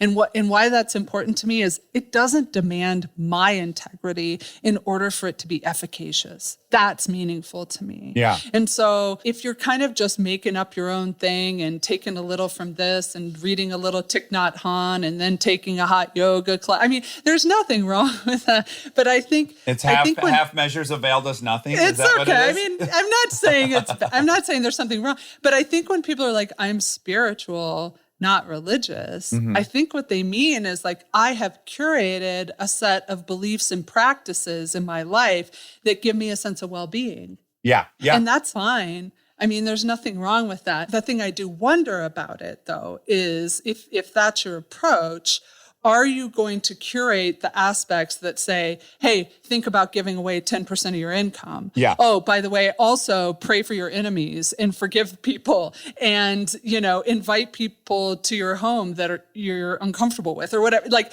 is it going to include shit like that? Unless it afflicts the comfortable and comforts the afflicted, it might make you feel well, but it's not probably going to transform you. I agree with you. Becoming self-actualized through these 3 or 4 different things may work for some people. And I'm also nervous, those things that you pointed out that I think, you know, being a cohesive member of a group can give you or help you find. Right. I have to ask the question that started this whole thing. So the whole reason I was ranting and the whole reason people suggested I talk to you, and I think rightly so, is you are a feminist. So the issue I raised is I was sitting in a meeting and I think it was at a church. So I was looking at all this different religious stuff, right? And I was just looking around. I was looking at the Last Supper, right? I'm looking at this different thing. I'm looking at it's like Jesus is a dude. The apostles are all dudes. God doesn't have a wife. There's no woman involved. The only woman is this virgin. You know, she couldn't be accepted if she hadn't been a virgin. And then the other one is Mary Magdalene, and she is a sex worker, right? Or something? No. No, I got this wrong last time as well. No, Mary Magdalene was not a sex worker. Oh, who? She was she's conflated in the text with other women. So she did have 7 demons cast out of her. So she did have kind of a rough story. Uh-huh. Well, who were the sex workers you were referencing that he hung with? Oh, there's lots of those. Okay. It's just not Mary Magdalene. Yeah. Okay, so I'm looking around at all this stuff. And again, I don't have the knowledge of the Bible that I should even be speaking on it, but my understanding of it is basically, I was just thinking, if I was a woman, this is identical to women sitting in a classroom where you look up on the wall and it's Abraham Lincoln and it's George Washington and it's Thomas Edison. And like, where is your place in this? Like, to me, that is such an indictment of how patriarchal history is there's no place for you. How does a young girl sit in that classroom and aspire when there's no one there representing her? And I just got very critical of the religion is just like, who is the hero? Who's the female hero? And then I said that, and I got all these responses from people, understandably so, who are defending their faith. Well, you don't know about this woman. She was awesome at binding. They listed 5 or 6 women, but I've never fucking heard of them. You know, maybe they know, maybe they exist. Out of like hundreds in the Bible. Yes. Yep. I mean, it would be crazy to ignore the lopsidedness of that book and the religion in general, that the women, I don't know why my daughter would want to join that religion. And they said you could answer that. So. Oh, God. Well, fuck them very much, first of all. But yeah, for sure. It's written from a male perspective. It's mostly male characters. But, for instance, who was Mary Magdalene? There was one person who was chosen to witness the resurrection and told to go and tell everyone else about it. That's Mary Magdalene. Oh, okay. She was told, go and tell. She is the apostle to the apostles. None of this shit would exist if she had not done that. Yeah, the most impressive thing was the resurrection, right? Yeah, I would say more than water pretty... into wine. I'd rather be able to rise from the dead than have wine when I wanted it. Well, now, but you know. Yeah. No, in the past I was actually choosing death for the wine. Yeah. Exactly. Another thing about when we're talking about like, is something fact or is it true or what do you believe, the Enlightenment, all that stuff, is that there are a lot of liberal Christians who don't really believe in the resurrection. Like they're like, no, it was that his God consciousness was so complete that even after he died, it felt like he was still with them. You know, they do this thing where they're like, no, because it's just silly to believe in something so anti-scientific, right? Right. I'm like, I totally believe in the bodily resurrection. And the reason is because the body is pretty important throughout the whole story. I don't want it to end with it suddenly being an idea. You know, the idea that God's in a human body and then God takes on a human body. And then his Last Supper, he's like, this bread is my body, like eat it. Like it's so disturbingly physical in like a super redemptive way for me that I don't want it at the end of the story for the body to just now be a feeling or an idea. I like the crazy thing about a resurrected. Sure, like, yeah. I'm totally keeping It's that the moment in story. Sixth Sense where you realize Bruce Willis has been dead the whole time. I mean, there's Exactly, no movie without what? that turn. That's right. So I get why it seems super crazy to believe it. Yeah, but I'm fine. I'm fine with that. I guess I'm not fine with the lack of females in the religion. I'm not. And I don't know how everyone addresses that. But where is that not true? I agree with you, but we have the option of going forward, changing that and including and putting the pictures on the wall and putting in the classroom RGB and all these people that deserve to be up there. Sure. You don't even have that option, to my knowledge. You couldn't really decorate a church with all these women that are symbols of power. I don't know how you fix it with you already have a set of characters. Right. Yeah. I mean, there are a lot more than people talk about in the Bible. Like there's an awesome one. Yael was this woman who in the Old Testament in Judges where they were at war and there was like the captain of the army and they were trying to win the battle. And so she kind of like tells the captain of the army, she sneaks in his tent and she was like, hey, come in here. And he goes, what? He stumbles in like a stupid idiot. Yeah. And then she puts a tent stake through his head. Ooh. Yeah, man. Nice. Yeah. I mean, why isn't she in the stained glass window? There should be a picture of her holding the stake. Exactly. Do you make an effort in your congregation to shine a light on the women? It's actually an ethic. I mean, I have an ethic. So there's a set of assigned texts. It's called the lectionary. So every Sunday, there's a set of assigned texts. There's a Hebrew Bible. There's usually an epistle, a psalm, a gospel reading that are assigned for the day. So I have an ethic as a preacher. If there's female imagery, I use it. If there's a female in the text, I preach on her. So I actively make the choice. So the epistle a couple weeks ago, I posted a sermon, a video. My sermons are like 8 minutes. Nobody's ever complained. Yeah. They're very short. I just posted where Paul is talking about, we know that the creation has been groaning in labor pains, right? It's this beautiful image of labor. So that's what I preached on. I mean, you have to look for it, but there's so much there that's been so readily ignored. Yeah. Even spirit is a female word. So I almost always refer to the Holy Spirit as she. Ooh, I like that. Yeah. I have one more question, and it's about accountability. Both good and bad accountability. Dax has said we have some people in our lives that are very religious and they're beautiful, Oh, they're the wonderful, most beautiful people in our life. They're by far. by leaps and bounds. And sometimes I look at our friend and I think it is not fair that she is giving Jesus all the credit for her goodness when she is a beautiful person. And I'm sure Jesus plays a role, but all the credit's being given away, and I don't really think that's fair. And I think it happens on the tail side of the coin too, where it's like, well, this was meant to be. And, I think sometimes bad You were things, molested. God wants you to forgive. We don't need to take that person to court. And I just think this idea of accountability, and especially in the good things about you, like you should own those a little more. And Yeah. Well, I guess I would never say, like, if there's good in me, it's not me, it's Jesus. But I would say it's my experience with God's terrible mercy. So I wouldn't say it's like Jesus, this character from thousands of years ago, somehow has made me a good person. I would say I have experienced grace when I didn't deserve it so often in my life that there's something in me that shifts when that happens. So I didn't muster it up myself, Right. That there is something spiritual to it, because I am kind of a garbage person. like left to my own devices, I'm not like the self-generating goodness machine. There has to be a lot of other things put inside in order for the goodness to come out. It's there, but in order for it to be activated, it comes out in those ways. So grace is like the thing I end up just talking about. You don't hear a lot of conversations about grace, and because it's like basically offensive. The idea that you would get something good that you didn't earn. It's the opposite of karma. Yeah.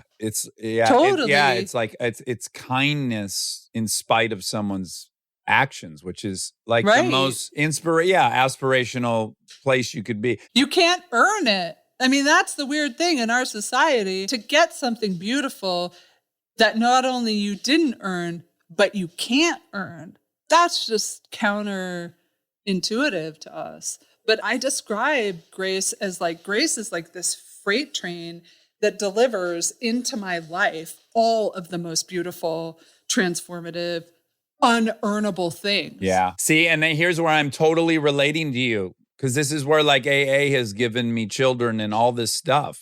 That's right. Yeah. Like, so you think your virtue earns the right to eat a perfect peach in summer? There's nothing. That is grace. The fact that the sun comes up every day. My virtue can't pull that fucker up. There's so much grace around us. Yeah. And we seem completely obsessed with who's good enough, who's worthy, what are you earning? I mean, the whole debate right now about like, well, what if people are making that $600, that's more than they earn at their job. They're not going to get back to work. I'm like, the problem is they're underpaid, not the fact that they finally have a living wage. Yeah. It's like, Yeah. Exactly. Yeah, you're right. the last book I wrote was about sex and Christianity. I mean, it was like a complete, like, let's rework all these texts that have been weaponized against people. Yeah. And And that's shameless. A sexual yeah, it's called reformation. Shameless. Have you ever heard of purity rings? Oh, this is one of my favorite things you've done. Please tell us about this. Okay, so I interviewed people for a year and a half and just said, hey, what message did you receive from the church about like sex and the body, gender? And then how did that message affect you? And then how have you navigated your adult life? And there were so many stories about being given a purity ring. By your father, may I add. Gross, Yeah. daddy-daughter dances, and like he comes with flower. Oh, it's so creepy. Anyway, and my way of dealing with hearing all these stories was, there's a thing in Isaiah about, it's on the United Nations statue outside the United Nations that says that we will beat our swords into plowshares and our spears into pruning hooks, right? So it's this idea of taking that which was weaponized against us and making the choice to transform it into something that can heal us. Yeah. Right? And so with that in mind, I instigated this art project where I invited women to mail me their purity rings. I had them melted into a sculpture of a vagina, and then I gave it to Gloria Steinem on stage at a feminist conference. Oh, that's Yeah, amazing. So cool. We read about her a lot to my daughters. So what is the stance in your church like about premarital sex? But all that stuff about not having sex before marriage, when we were agrarian for a long time. Yeah. Before we were industrial, post-industrial, right? And so you had to kind of know who owned what, who was going to inherit what, and there was no reliable birth control. And so in a way, you could see how they're like, you should probably keep that shit inside marriage. Just economically, it makes a lot more sense. And marriage happened about 40 minutes after puberty. Oh, yeah. These. Yeah, they weren't like Right. trying to, there wasn't 6 years of being horny and meeting people at bars and saying no. Right, exactly. So it's just very, very different. I mean, I try and make a case in the book for part of our spiritual wellness is sexual flourishing. And what does that look like? And how do we be honest with ourselves with what that looks like? And I started seeing it as like, I mean, I don't know how to say it without it sounding kind of creepy, but like I wanted to know my parishioners, are they having good sex? Yeah, of course. Like, how is that not like a sort of spiritual concern? Because I was married to a very good man who would never deserve for me to say anything bad about him, because truly he's an amazing father, great man. But we had a sexless marriage and we had no intimacy at all. And I know what it's like to have that part of me completely shut down, and at what cost. And that's what made me write this book, because when I got together with Eric, who I'm with now, we've been together 4 years, but we'd only been together a couple weeks when I had to go on tour to support the UK and the German version of one of my books. So I was on the road for 3 weeks, and we just had amazing sex. And I had that dry spell for a long time. And I was like, this is so good for me. Oh, yeah, like, healthy. I felt like my heart was less shut off from other people, from the world, from myself. And all this stuff was stirring in me. And I was walking through London, and I was like, can you get on like Skype right now? And he goes, yeah. And I said, why do you feel like the church has tried to control sex for so long? And he's not Christian. And without skipping a beat, he goes, I just assumed that the church saw sex as its competition, I guess. Yeah. And I was like, oh, I'm writing a book. Yeah. Oh, fuck that. I'm writing. Like, that was the moment. So it was an interesting thing to explore. I got in some trouble. Yeah, I was going to say, because you have bosses, right? Being officially associated with the Evangelical Lutheran Church. You have bosses, right? I have a bishop. Yeah. So do you ever get in trouble? Oh, not with him. He's one of the best men I've ever known in my life. And I mean, he's known me for years before he was my bishop. And he believed in me and my voice when I was like still trying to piece together a college degree in my 30s. So he's incredible. Actually, I was doing On Being, that Krista Tippett show on NPR years ago, maybe 6 years ago. And someone's like, well, you're super independent, maybe have an issue with authority, do your own thing, right? And I go, yeah, fair enough. He goes, but you're in a system under authority, kind of like you asked, right? And I go, yeah. He goes, like, you have a bishop? And I said, yep. And he goes, just tell us how you've navigated that. And I was like, are you kidding? I'm why we have bishops. Like, somebody like me should probably have a bishop. Somebody should be looking over my shoulder and going like, is she still on the yellow brick road? Yeah. Or is she taking these people into a field of poppies? Also, you think there's not a lot of potential problems with an intelligent, charismatic person starting a church? Oh, Exactly. That's Yeah. gone wrong Like- about 90% of the time. Correct. Yeah. That's why I'm saying this is one of the differences. Evangelicals, they don't have bishops. So if you have charisma, people are like, you have the anointing. Go and lead these people. Buy And an like, arena. Yeah, exactly. And then there's so much harm that ensues from that. So he will actually ask me, like, how's your soul?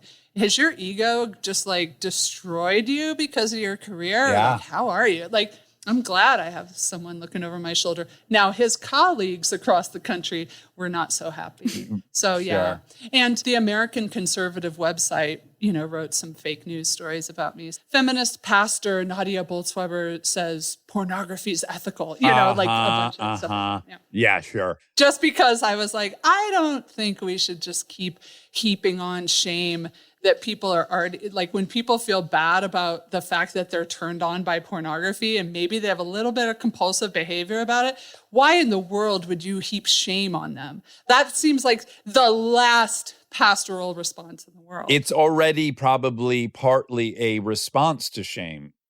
It is. Yeah. Oh my God. When you take the shame part out of the equation, the compulsivity of it really lessens. You're so right.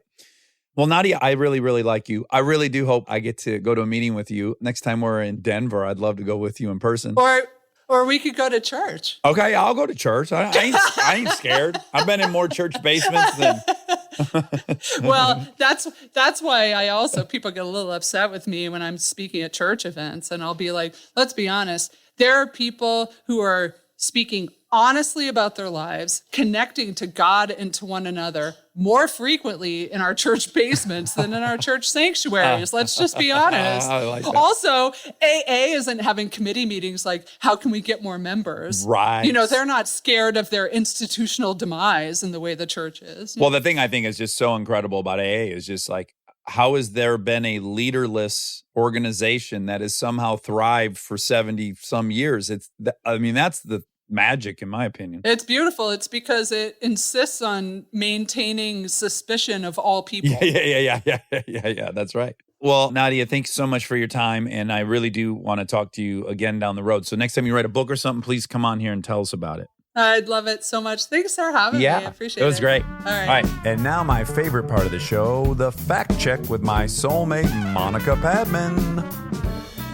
This episode is brought to you by the new Max original comedy series, Stuart Fails to Save the Universe. From the world and creators of The Big Bang Theory comes a new comedy series. Stuart Bloom, comic book store owner and lovable underdog, accidentally breaks a device built by Sheldon and Leonard and kicks off a full-blown multiverse Armageddon. Now, he's on a mission to put reality back together alongside his girlfriend Denise, a geologist named Bert, and physicist Barry Kripke. Along the way, they're running into alternate universe versions of characters you already know and love. Check out the new Max original comedy series, Stuart Fails to Save the Universe, now streaming exclusively on HBO Max with new episodes Thursday at 9 p.m. Eastern. Subscription required. Whenever there's a problem around Adventure Bay, Monty and her team of pups come and save the day. Monica, be there on the double. 33-year-old Monica. Wow. How's your birthday week going? Good. What was your favorite present you got so far? You don't have to say mine. Well, I haven't gotten yours yet, so we don't have to count it. That's true, but you looked at a picture of it. I'm so excited for it. So you got me a treadmill, We got you a treadmill, yeah. and I've been really And you can wanting take one. the handles on or off, like the Yeah. top part. So it could just be flat. It stows. Yeah. Do you think it's cool that you can do it under a Yes. table? Isn't that neat? I never saw that anywhere. Well, I'm just more thinking about you editing and like walking on the treadmill as you edit, because you can be at a desk. Yeah, That's what I I need to imagine. look at it again. You think that's too much business to be doing, editing and? No, I think it'd be great. Yeah. Because you could maybe just bang out like an hour of brisk walking. You wouldn't even notice you did. It's so cool. And I've been wanting one so bad. Have you? I was out on a limb. You've never expressed a desire, but I thought you like to jog, and sometimes it's just too hot or it's inconvenient. I've been wanting one for a very long time. A decade? Probably. And I was like, there's no way I can have one in my apartment. Where would I put it? And that's been the huge issue this whole time. And now it's fixed. It would totally slide under your table. It's the That would best be an case eyesore, maybe. scenario. You put a rug over it under your table. I'm glancing at your table right now, imagining it. So there are arms you can put on it. Oh, yeah. They lay flat next to it, and then you just crank them up when you want to So have some cool. support. It's Yeah. so cool. I'm so excited. That's actually my favorite present. It is. Yeah, but I'm not going to tell everyone. How about your least favorite present? We can just say the present you didn't like, that you hated, and the person who gave it to you. Jess. What did he give you? A fart? He gave me hair play.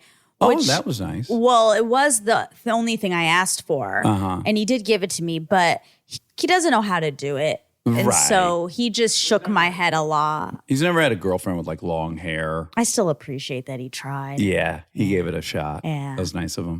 Speaking of, I'm afraid to tell the world About? in case they steal my idea, but I have a business venture that I'm going to start, which is a hair play studio. Oh, hair play studio. Yeah, I think that's genius. You've got all these immigrants in LA Sure. that are doing much worse jobs, Then hair play. i.e. the foot massages.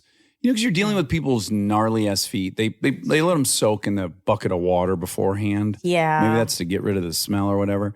But I got to imagine that that group of people that's currently doing foot massage would way rather do hair play. Well, yes and no, right? Easier on your hands. Easier on your hands, but your head can get gross. Some people's heads are gross. Yeah, there's scabs. There's there's vermin. Ew! Yeah. Ew, ew, ew, ew, Yeah. ew. Lice. Okay. Scabies. Stop. Okay. You're not allowed to come to this place if you have scabies or lice. I wonder if, like, when people got there, you could put them under what would look like one of those old-fashioned hair dryers at the hair salons. That the women would put your those- curlers and your permanent in there, and then put that dome over their head. Yeah. If you could retrofit one of those with a big burst of UV light Sure, that would kill sure. all the vermin. Oh, that'd be good. Yeah, in the Okay. scabies. I'll bring that in as a part of it. Okay. And there's probably going to be hair washing as part of it too. But I then don't know how I it feel about- doesn't feel as good, right? Yeah, we because can't do that. then you got to dry the hair quickly. Like, and a head of hair like yours, it takes a while. Like, you took a shower, I'm guessing like 2 hours ago, and your hair is soaking wet right now. Yeah. Yeah. All right, I have some kinks to work out, but anyway, there's going to be a hair place. Well, like, a chain of them. exactly, like a dry bar of sorts, but just for hair play. Mm. Because so often when I'm getting a massage, I want hair play. And I'll course you sometimes do. say, can I have a little extra on my head? Oh, uh-huh. And they'll say, sure. Yeah. And then they do, but it's not what I'm looking for. Okay. It's not hair play. I see a potential issue Okay. with this venture, Okay. which is like, if I were to be a cocaine distributor, it'd be a bad idea because I would do all the product. I'm a little nervous that if you own this shop, you're not going to be running it as much as just receiving hair play the whole day. Well, it's part of research and development. Okay, so gonna you are need- going to do that. Yeah. Okay. Yeah. So you basically are going to need to get a second person involved to run it. I have a few people involved. Oh, you do? Already. Who else is involved? Our friend Matt, the hairstylist. Oh, uh-huh. Sweet, sweet Matt. So sweet. Oh. He's a hairstylist in LA and he's really good. Yeah. And we have ideas about this. And also Carly. Oh, yeah, yeah. Well, can I make a suggestion? Like, one of the menu items be lice check. And it's not an actual lice check. You're not looking for lice, but those long, silly Q-tips. Yep. That would be great for me. That's part of it, regardless. Oh, so it would be like a suite of things, and among them would be the lice check. Yeah, but I don't think we should call it lice check because that sounds off-putting. We're going to have to call it like a hair needle. Oh, well, that's scary too. Hair shit. needle. Okay. But Hairpins. how about leprechaun check? So it's like, sounds like something positive might come out of it. Oh. Unicorn check. I don't We're like- going to go through your hair looking for a unicorn, Okay. miniature unicorn. By the way, everyone assumes that unicorns, if they existed, would be the size of a horse. But what if they were the size of a seahorse and they lived in your hairdo? Oh, that'd be cute. It would. That'd be Hair so corns? cute. Haircorn check. I mean, they fly around. That's a Pegasus. Oh, unicorns don't fly? They don't have wings. They just have a big rod on the top of their head. Shit. Yeah. So a Pegasus is a unicorn that flies. Well, it's not a unicorn. It's a horse that flies. So what is a unicorn that flies? There are no flying unicorns. Oh my God, I'm going to invent that. Okay, great. That'll be I've another s- business. I'm busy. Man, I have a lot going on. you're in a sweet spot of creativity where like you're thinking of the things so quickly, you can't even flesh them out. Wow. You're like Edison. So, Nadia. Did you check the facts? Is there a God?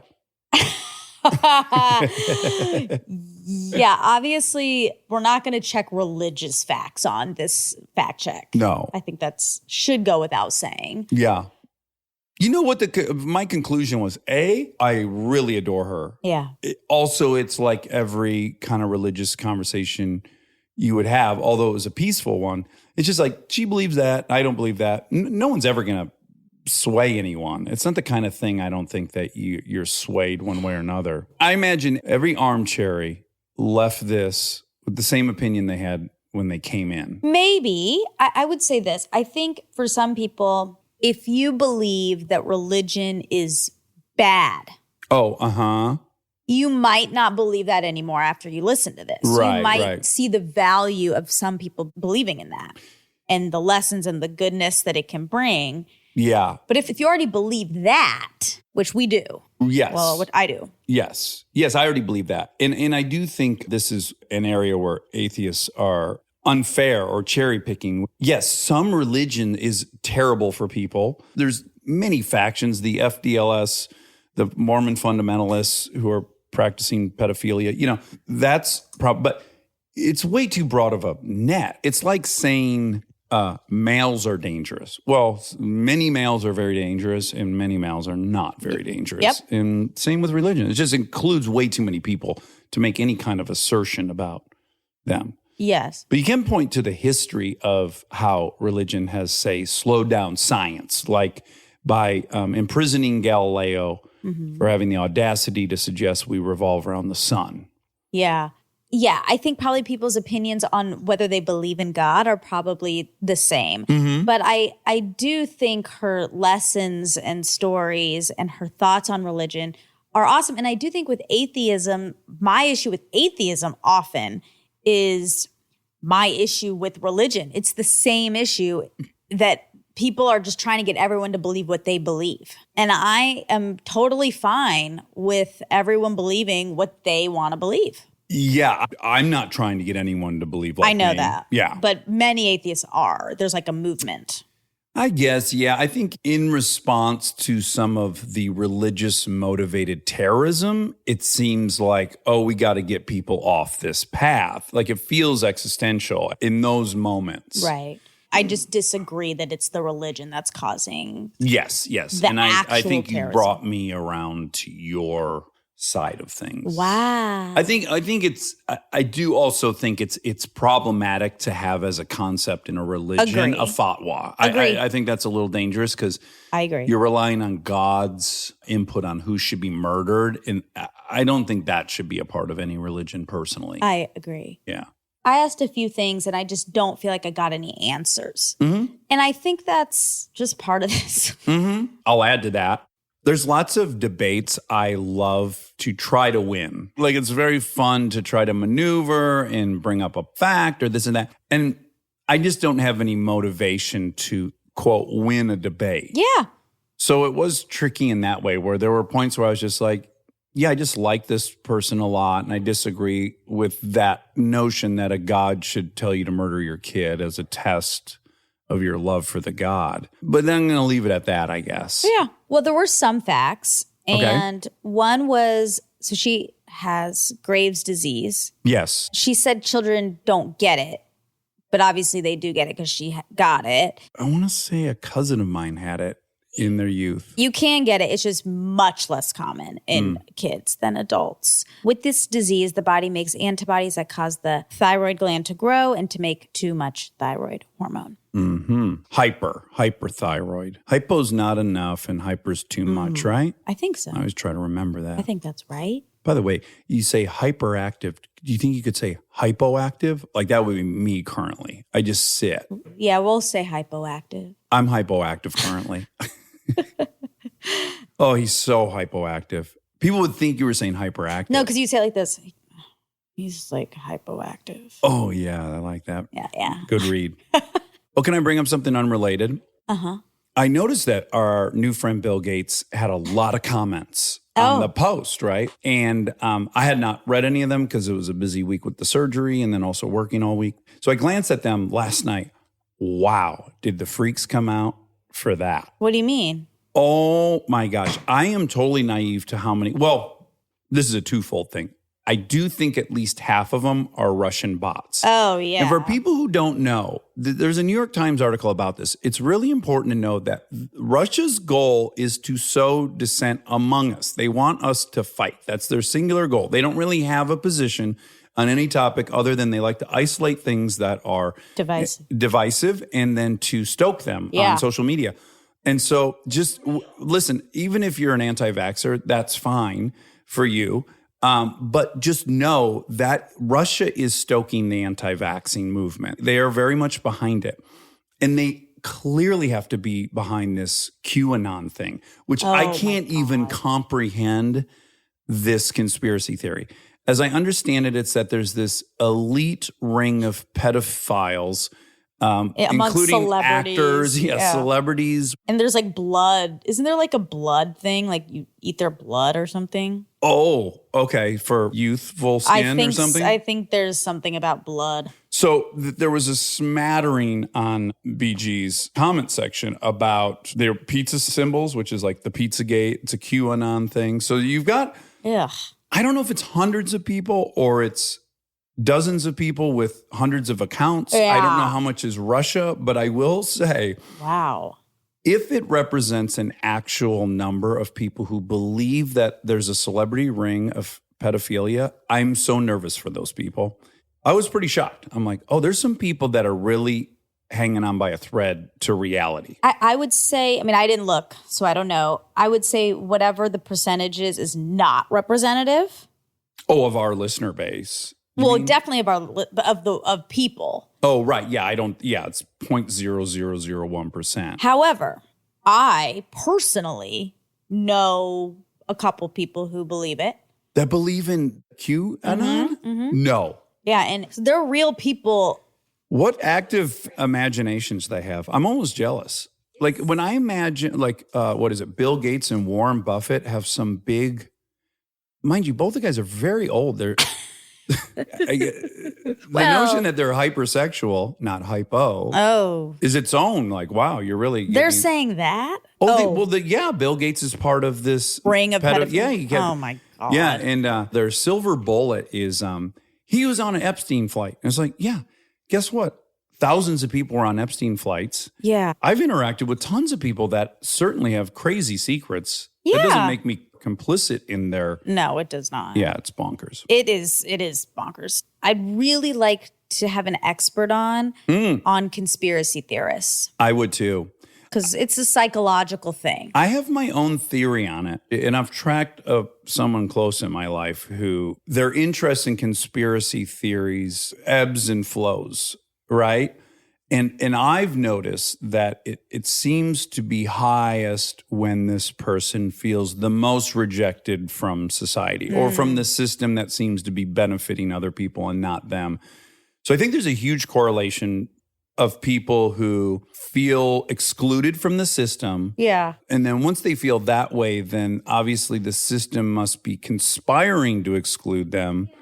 My big issue with people with conspiracy theories is tell 3 people in your life a secret that you actually trust. Yeah.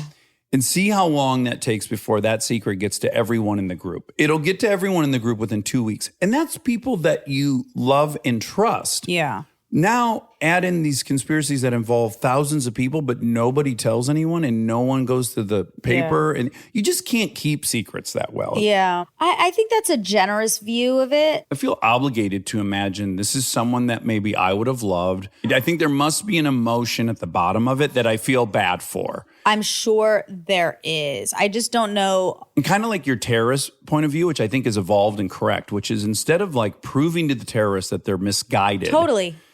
Yeah, create the environment by which they would want to choose a different life. I totally agree. So I don't think me telling the QAnon people that they're fucking insane will be helpful. Agreed. Yeah. Agreed. That's why, I think having an expert on to explore that psychology is interesting. And I think your theory is generous. The people I'm talking about are objectively not excluded from anything. Now, they may believe they are. That's the different tricky thing. There's people that are successful and yet still feel, I'm not saying they are, but they feel excluded from something. It's also interesting, the people that I'm talking about, I enjoy very much. Yeah.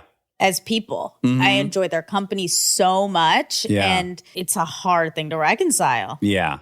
I guess also what makes it a little scary is if you believe in something that crazy, I'm nervous that your behavior in response to that might be equally insane. I guess it's like if you believe in that, then I'm a little nervous about all your decision making. Exactly. Okay, so the Jefferson Bible, I want to read you a little piece on this. Oh, great. 50 years to the date after signing the Declaration of Independence, Thomas Jefferson died on July 4th, 1826, just hours before the death of his fellow signer, John Adams. Yeah, that's a crazy, weird coincidence. If you read the John Adams McCullough book, it's really great. But those two were pretty much enemies. Yeah. And they had all these weird parallels. They died on the same day. They did a bunch of crazy. Yeah, a bunch of eerie stuff. But 6 years earlier, Jefferson completed a 84-page manuscript he called The Life and Morals of Jesus of Nazareth, gleaned from the four Gospels of the New Testament and Jefferson's private work. It remained unknown until his great-granddaughter sold the manuscript to the Smithsonian. In 2011, the Smithsonian undertook a challenging restoration project of the fragile document in what is now known as the Jefferson Bible. It was presented to scholars and the general public at the Smithsonian Albert H. Small Documents Gallery. Maybe I would love that version. Maybe. I need to read something positive about him because I've only read really negative stuff and I dislike him, despite his genius. Clearly a great writer. But yeah, a real pedophile traveling abroad with a slave, 14 or 15-year-old girl. This is where the argument that everyone makes, including myself, and it's real, about that was a different time. That was a different time when men did this. And that was a different time when race was this, you know. And that's true. We have to let people evolve and we have to let people match up to society and not apply the standards of now to the past. Right. But Thomas Jefferson was a pedophile. But at that time, 13-year-olds had babies all the time. So then is it fine? Well, I would say that what you have to acknowledge is that in that time, he wasn't traveling through Europe and people were like, what the fuck's he doing with this 14-year-old girl? They weren't. It wasn't news. And, you know, I think there's a lot of ways you have to evaluate it. One would be like, let's just say for shits and giggles, people drank mercury as a cure-all back then because they, with the best knowledge they had, that was a good idea. Well, now we would look at that and go, that's insane, that's poisonous. But it would be wrong to say that person was stupid because they weren't stupid in the day. Yeah. So it's a tricky thing because, like, are we saying that's okay for the time? I mean, it kind of, I guess, was, but it's not. Yeah. Well, I think it more should be like when those things are brought to light, it should be a moment to reflect how much we've evolved, and thank goodness, and how misdirected we were for a great majority of the time we've been here, as we are currently misdirected, which will be revealed later. Yeah, agreed. I'll tell you what's not going to reverse is how good you look in orange. Oh my gosh. They're never Are you sure? Yeah, in 3052, they're never going to look back and go, oh man, can you believe back then that was an okay color for her to wear? They're still going to go, Great color for her. Actually, no, because what if QAnon is real and this is the color of it? Oh. And then they're going to look back and say, oh, she was involved. She knew. She wore that color. She's bad. Yeah. Well, they'd be wrong. I guess they could still say, but she looks good in it. Yeah. Okay, so the pen that presidents use called an auto pen, and it's a signing machine that does the automatic signing of a signature or autograph. It says many celebrities use it, so we should look into getting one. Well, you know, Kristen has this book, Ben and Kristen's book, The World Needs More Purple People. Part of the deal is she has to sign. Oh, I know. Thousands? Oh, my God. There's a pallet of the books in our garage. Yeah. And every time I see her signing it or even look at the pallet, I get filled with anxiety of how I couldn't sign my name that many thousands of times. Yeah. And so I thought if I ever wrote a book, I would want to negotiate that I don't have to do that. And Kristen was like, you have to because they sell them at stores, blah, Yeah. blah, blah. And then I was like, well, I would then need to get a stamp. Or now I'm learning there's a Auto machine. pen. It says they range from $2,000 to $10,000. I'll take the $2,000 one, please. Okay. A lot of presidents have used it. Bush, Obama, Yeah. Trump. I'm sure Trump does not use it because he probably gets a lot of. This is not political, but I've seen his signature. It's pretty. Well, A, it's pretty. It looks Yeah. like calligraphy, but also there looks like there's way too many letters in it. For Donald J. Trump, Oh, when I've really? looked at it, it looks like there's like me look it 35 to 60 letters in it. I'm like, what are all those letters? Signature. Yeah, look at it. I remember watching him sign one thing and I thought, how many names does he have? Doesn't it look? Yeah, it looks like it's odd. It's very vertical. Yeah, and I don't know. There looks to be way too many letters in there to Yeah. spell Donald J. It Trump. kind of, look, I don't want to give him any praise ever. It's a gorgeous signature. That signature doesn't, I like it. Yeah, it's nice. This goes back to Thomas Jefferson. You know, of course, it's right to bring up the fact that he had all these indiscretions. He was also a great writer, and he helped frame something that somehow has lasted for 400 years. It's relevant to acknowledge that. Yeah. Similarly, Trump has a beautiful signature. There's no two ways around it. Okay. The Sean Hayes play is an act of God. An act of God. That was crazy that she brought up a play I actually saw because I've only seen, 8 or 10 in my life? Maximum. I'd say maximum mouse. That's all. That's all? Yes. Good job on the facts, my friend. Thank you, my friend. Bye-bye. Love you. Love you.